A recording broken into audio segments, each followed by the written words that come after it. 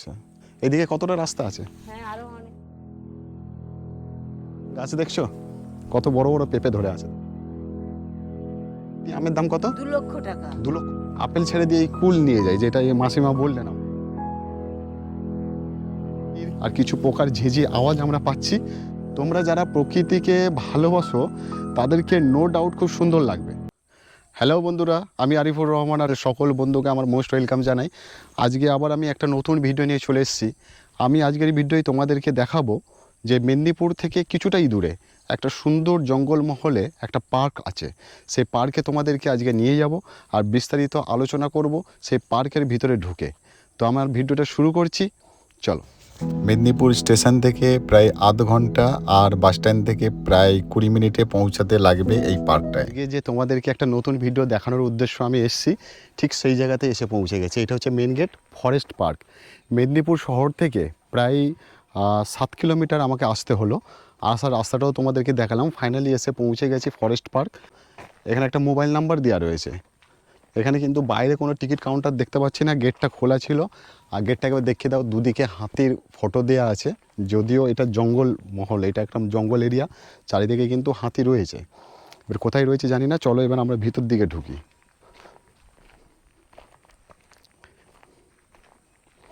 ভিতরে ঢুকেই কাজু বাগান, চারিদিকে কাজু বাগানে ভর্তি রয়েছে।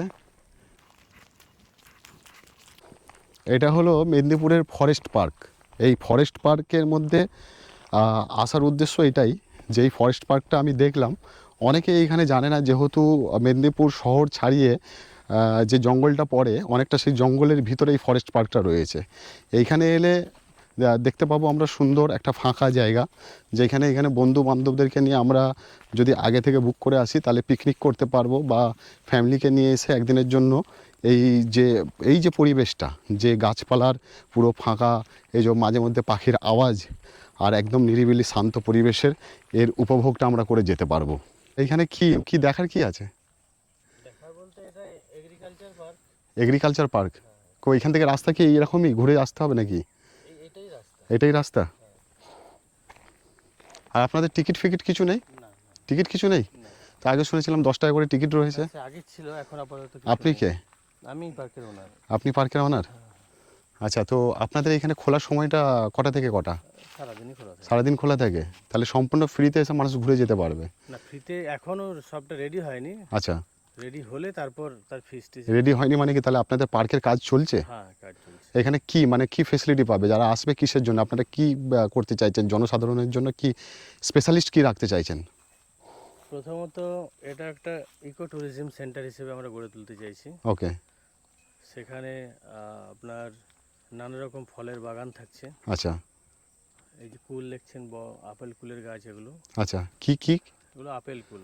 আপেল কুল? কাশ্মীরি আপেল কুল। আচ্ছা এদিকে পেয়ারা আছে, লেবু আছে, কমলা আছে, মুসম্বি আছে, আম আছে। আচ্ছা আরও অন্যান্য নানা রকমের চাষবাস চলছে। ভেতরে একটা জঙ্গলের ভেতরে একটা গ্রাম্য পরিবেশ। ওকে। মাটির বাড়ি তৈরি হচ্ছে রাত্রে, মানে বাইরের লোকেদের এসে থাকার জন্য? আচ্ছা তার সঙ্গে রেস্টুরেন্ট, আচ্ছা তার সঙ্গে ন্যাচারাল সুইমিং পুল, আচ্ছা এগুলো সব রেডি হচ্ছে। আচ্ছা, রেডি হচ্ছে। আপনাদের এই এরিয়াটা কতটা এরিয়া নিয়ে রয়েছে? এটা আছে প্রায় 40 বিঘা। 40 বিঘা জায়গা নিয়ে? হ্যাঁ। তাহলে এখন বর্তমানে কি মানুষ আসছে এটা দেখার জন্য? হ্যাঁ, মানুষ আসছে, জঙ্গলের ভালো পরিবেশ, ভালো মানুষ আসছে। পরিবেশটার জন্য ঘুরে যাচ্ছে সবাই। তাহলে এখন কি সব রাস্তা এরকমই, না এখন কোনো জায়গায় পাকার রাস্তা হয়েছে, না মাটির? পাকা রাস্তা নয়, মাটির রাস্তা। তো আপনাদের এখন মানে প্ল্যানিং চলছে, এরকম কাজ শুরু হবে না? কাজ চলছে। কাজ চলছে? কাজ চলছে। আচ্ছা ঠিক আছে, মানে আপনাদের এখানে পিকনিক স্পটও আছে, সেই তো? হ্যাঁ, পিকনিক স্পট পিকনিক আছে। ঘুরে যান না, ঘুরে আসুন না। কি হয়েছে? টাইপের যে হচ্ছে এটা প্রজেক্টের আমি ওনার। আপনি অনার? ঠিক আছে, ওকে, খুব ভালো লাগলো। আমরা এবার ঘুরে দেখে নিচ্ছি জায়গাটা। ওকে দাদা, থ্যাংক ইউ।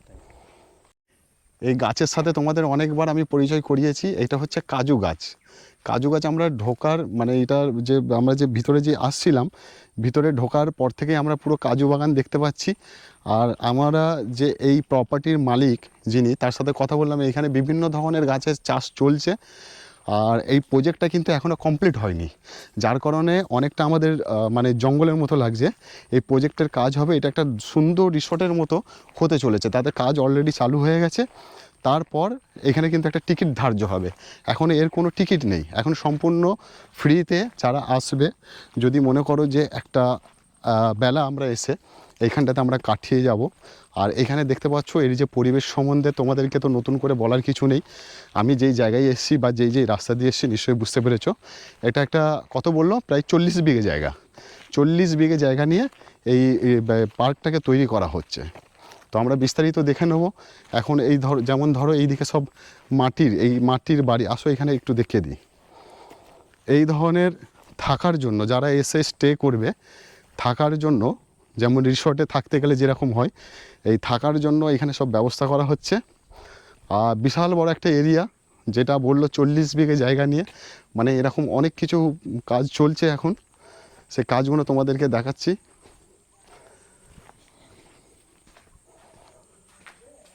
এখন এসব ঘরের কাজগুলো চলছে।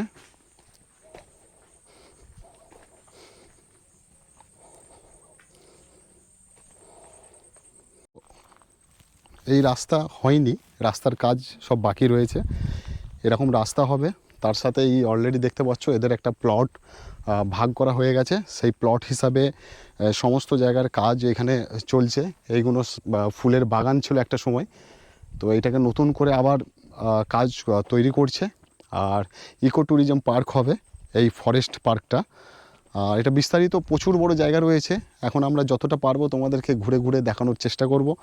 তো আসো এইদিকে আরও ভিতর দিকে যাই, দেখি কি আছে।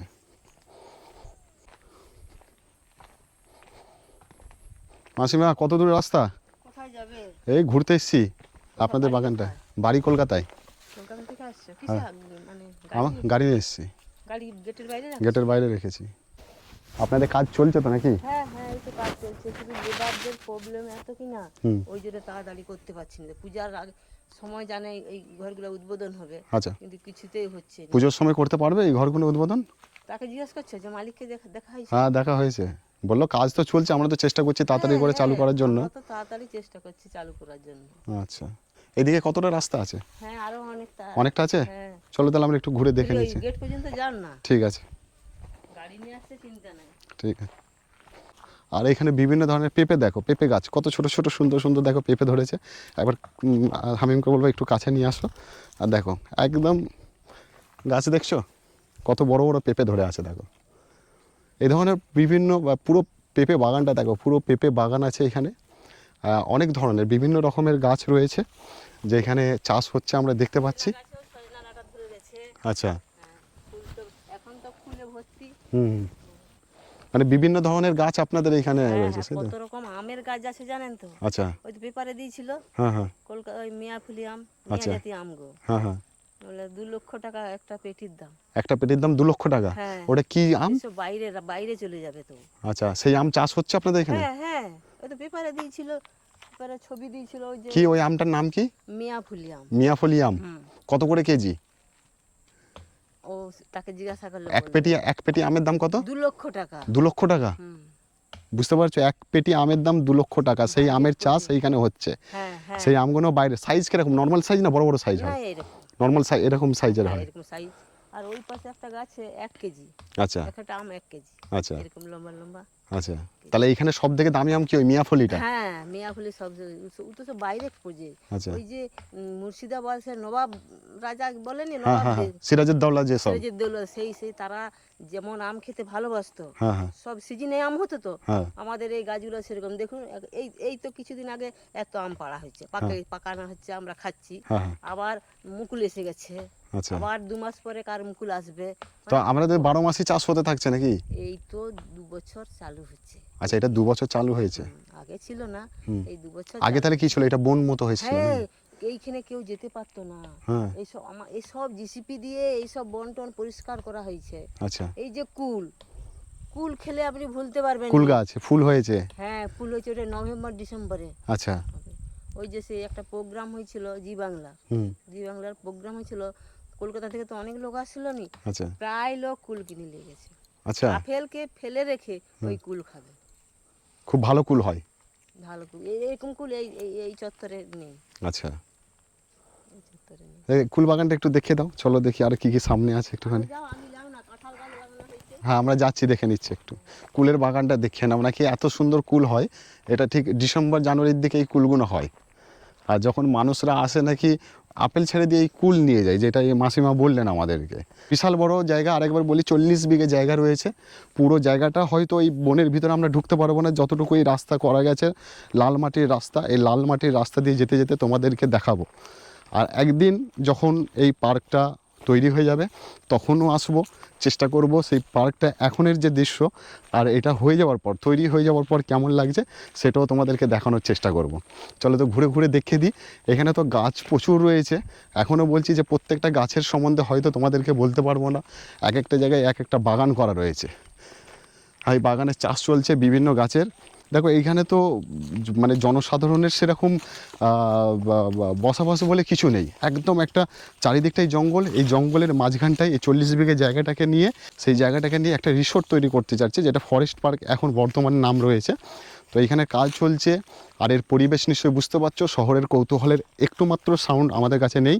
এই পাখির আর কিছু পোকার ঝিঝি আওয়াজ আমরা পাচ্ছি, আর তার সাথে এই সবুজে ঘেরা যে উদ্ভিদ, পুরো যে এই জঙ্গলের যে ছোট যে বনের যে মানে মজাটা আমরা কিন্তু পেয়ে যাচ্ছি এই পার্কের ভিতরে। আমরা গেট থেকে ঢুকলাম, এখন গেট থেকে ঢুকে এই দিকে একটা শেষ প্রান্তে একটা গেট রয়েছে, আমরা এই গেটের কাছে চলে এসেছি।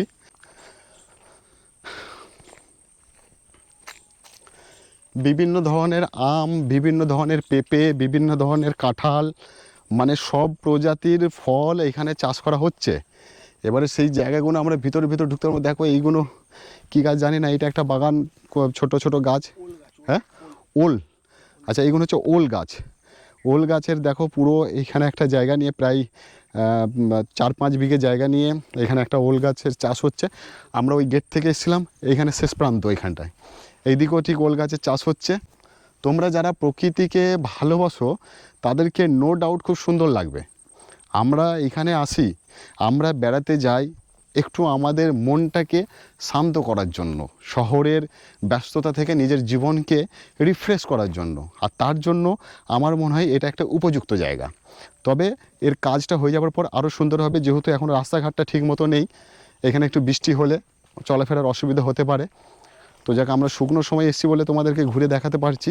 এ এক যেন স্বপ্নের রাজ্য, চারিদিকে ফাঁকা জায়গা, তার মাঝে রয়েছে গাছপালা, মাঝে মধ্যে পাখির ডাক।